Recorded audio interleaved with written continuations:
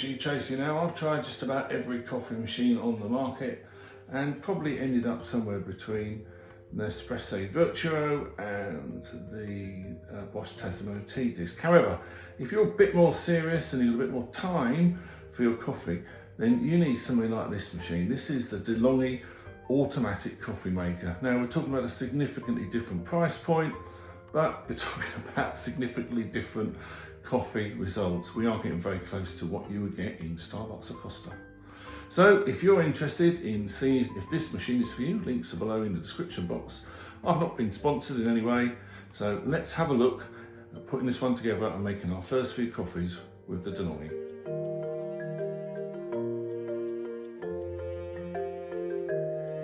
Inside the first box you've got your beans, where your beans are going to go. You've got your water tank, milk tank and part of the milk frother. Then you've got the main unit of the machine here. Now this is heavy, so you might find you need two of you just to get that safely onto your counter. So this is a good deal more complicated than many of the coffee machines I've reviewed before. This is where your water tank is going to go. You've got a little hatch in here if you need to get at the grind mechanism or anything like that, which really you shouldn't need to do that. On the top here is where you fit your fresh beans. Now fresh beans, really when they're not being used, this unit should be in the fridge just to keep them in perfect condition. So here is where your beans are going to go to be ground up. That one comes out when you put the hopper on. And then here is how fine you want your beans, and normally somewhere around 5. So how far you want the beans ground up will determine how strong your coffee is. If you're using powdered coffee, you flip this little one up here, and you can use this scoop here, and then you just put the coffee directly in if you're using Starbucks ready ground or something similar. And on the front we're moving to where the coffee comes out. And this will move depending on what type of coffee you're making, and then we're moving into the milk here. At the bottom you've got a little tray that fits on the top. This has a valve in it here if it gets too full, and it also, should pull it out, is the hopper for the used coffee beans once they've been ground up. Fits in like that. On the top here, I'm going to plug it in. This is the screen where you control it all.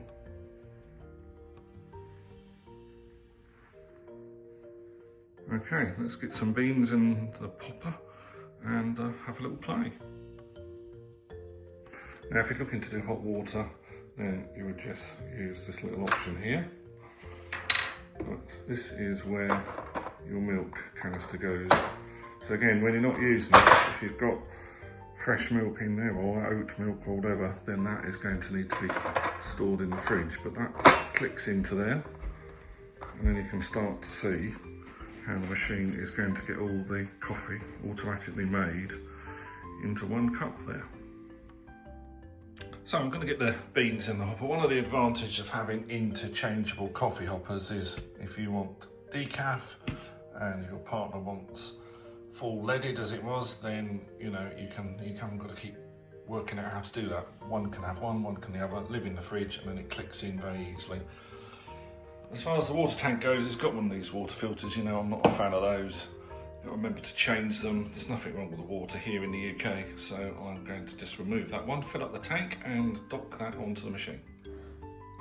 When you're doing your regular clean, you need fresh water in this each time you use the machine, but also if you've not used it for a while, then make sure this little springy valve bit here gets a bit of a rinse off so there's no chance for any mould to develop there. The most common reason people have problems with any coffee machine is they've not docked the water tank correctly. So it's a good swift movement down and you should get a click. If you're having any trouble with any coffee machine, first of all, make sure you have definitely docked the tank. It can look like it is, but if something's going wrong, you probably haven't. Right, let's add the beans.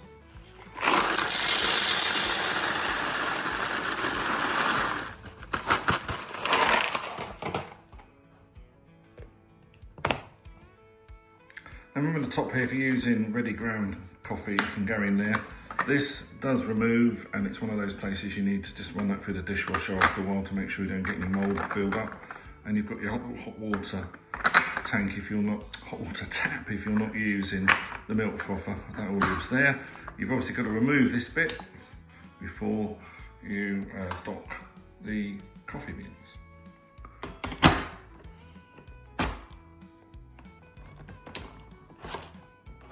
Right, so once those two line up there, it's locked, and then you need to set this level. Now actually most people say around 4.5, 4 is ideal as a start point to see if you like how strong that coffee is.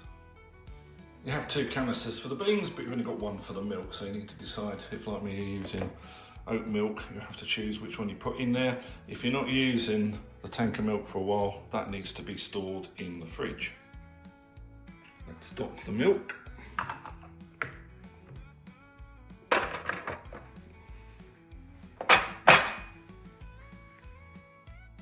On the top here is one of the controls, so this is how much milk do you want, how frothy do you want it, but also at the end of most cycles you need to flip that around to clean. You'll just run some hot water through it to clean it, and certainly once a week you need to take this whole thing out and give it a clean, because with hot milk running through there, that is going to get a bit mucky. You often see the guy in Starbucks or lady in Starbucks, they sort of wipe it every time, don't they? So to keep that nice, there's a little bit of work there. So when you've decided on your glass size, you can move this up and down. And the machine is going to do exactly what would happen in Starbucks across to. It's going to grind the coffee, it's going to compact that into a disc, sort of tap it down, it's going to pre-infuse it, and then it's going to put the boiling water through the coffee and create a nice crema. If you selected it from the top, then you're going to get milk as well. And then in the back, I showed you earlier, is where your coffee grounds will end up. Right, we'll turn it on. One of the things to remember with this machine, if you've got a high counter, then having the screen on the top has enabled DeLonghi to make this a very compact machine, but with the screen not being on the front, that is a little bit more challenging if you are a kid or lower down. To actually look in this, you've got to get right over the top of it and look at your selections. Right, here's your on button. So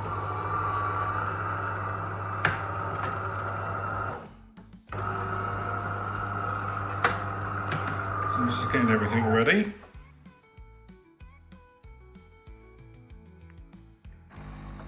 So it's just running through a pre-use here when it runs some hot water through it. You can put a cup under there if you want to capture this. It's going to do this each time you turn the machine on. So this is the screen, and you can scroll along this and have a look at all different types of coffee. You can also personalise it, and it will save your particular favourite setup for coffee. But to keep things nice and simple today, I'm just going to choose espresso. So it's busy there, grinding the beans.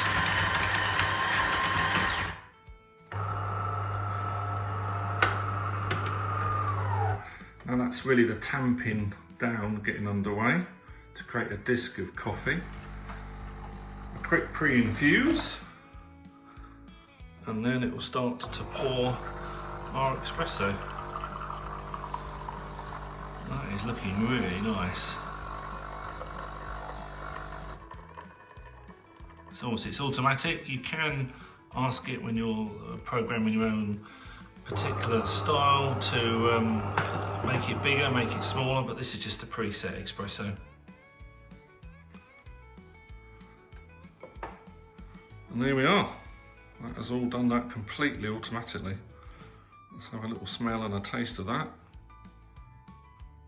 That is excellent. That is really very, very good. Look at that. Yeah, so very simple. Yes, you've got to put a bit of cleaning with this machine every so often, but if you just wanted to have as close as you can get to a coffee shop coffee, then I think that is doing the job there. Now if we pull that out, you can see there in the waste where it has sort of expressed its puck of used coffee, which is amazing, and that's steaming away. This is one of the parts that you'll need to take out and run through the dishwasher every so often, just to make sure you don't get any mould build up with this where you've got food touching it for a day or so. Okay, so don't make the same mistake as me. There's a little flexible tube here that needs to go in there, like that, before you get your coffee ready then. Oops. I missed that bit, it was in the bottom of the box. So that obviously allows it to take the milk from the bottom. And without that, you won't get any frothy milk. Right, let's have another go at that. It's very nice to have an espresso made from beans like that, but I'm a cappuccino or latte person. So let's have a go at selecting the cappuccino option here. Just going to touch that one. Turn the dial to how much froth you want. So I've done that.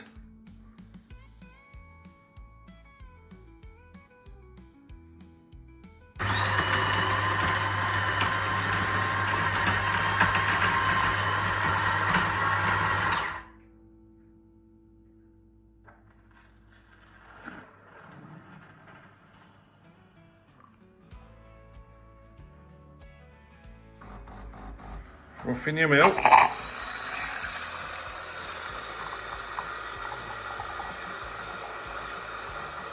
at that, isn't that great?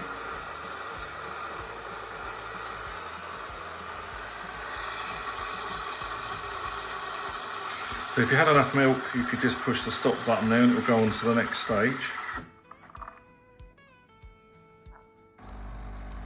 A little pre-infuse now of the coffee into the puck, and then it will start to put the coffee through there.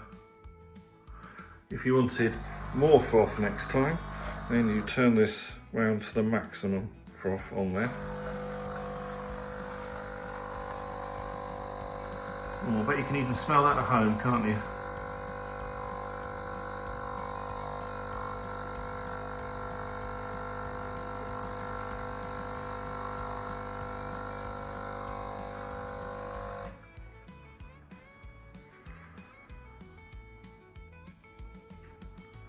Brewing your coffee, and if you want a bit extra, look, you can push extra here.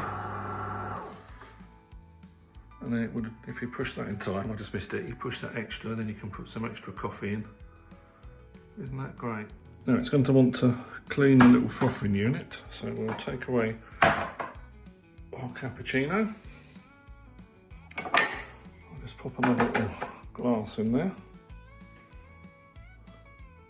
And then you twist this here to clean. And then the machine knows you've done that. And it will now clean the top end of that milk carafe. And I say you do need to give this a deep clean, certainly once a week. It's pretty straightforward. Take it apart, give it a good rinse, or the machine will give you step-by-step instructions on the panel.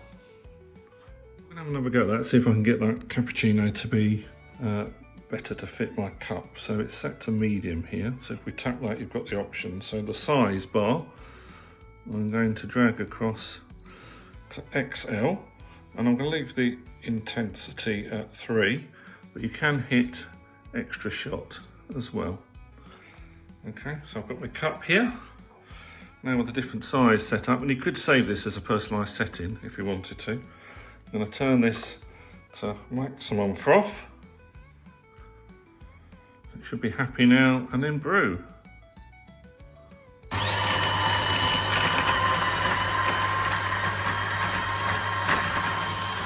And we'll see how that comes out different to the first one we set up there.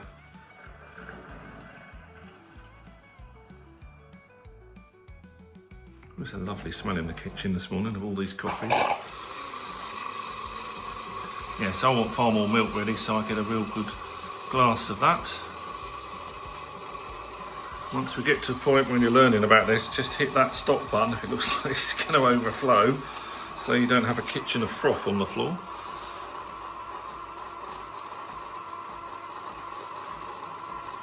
That'll do us. I'm going to hit the stop button there. I think that's about right for me. And that'll carry on with the brewing.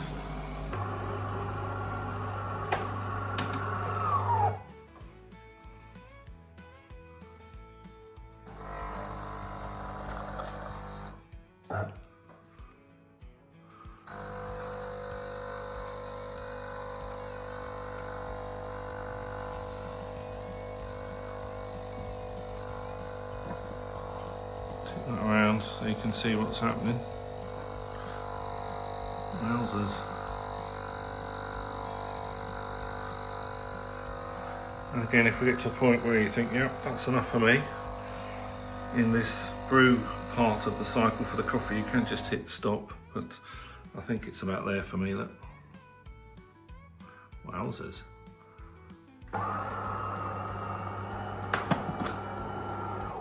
Clean option there again. I've put a cup there just to clean that carafe.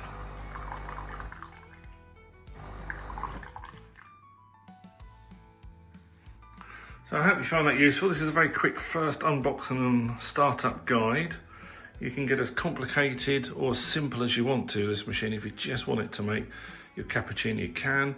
If you want to design your own drinks and have extra milk, or if you want to have double shots, whatever you want to do, you can do that. And then you've got an option to save this under different names here, and then put your name in. And if each person has their favourite coffee, a bit like in a car, saving the seat positions, this will remember that, and then each person can have exactly what they want.